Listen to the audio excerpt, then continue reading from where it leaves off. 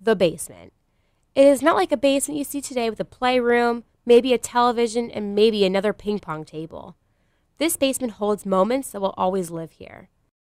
The walk-in fireplace that is in the kitchen actually sits above the second fireplace. The fireplace on your immediate left is the fireplace that we were just speaking about. What you would have done is have your bread, your soups, and everyday meals prepared upstairs, but the fireplace in the basement was used for heavy-duty cooking. If you were getting ready for the winter, you would have an operation set up down here in about the 1800s.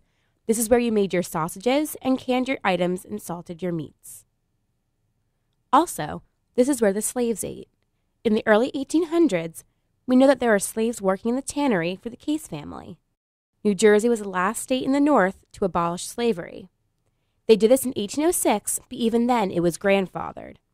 If you were a slave in 1806, you are still a slave after the law was even passed.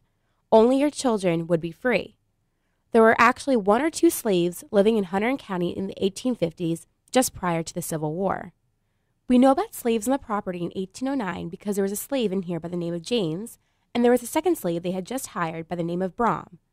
Brom was working here on his first day of the job, and he got into an argument with James. They yelled at each other throughout the day and came into the basement for dinner. The argument continued throughout their dinner and escalated very quickly. Brom picked up a trammel out of the fireplace and hit James in the head with it and killed him. You are standing in a murder spot right now. But don't get too scared. Brom was arrested and taken to the jail in Flemington. He was convicted and hung on the courthouse steps a month later.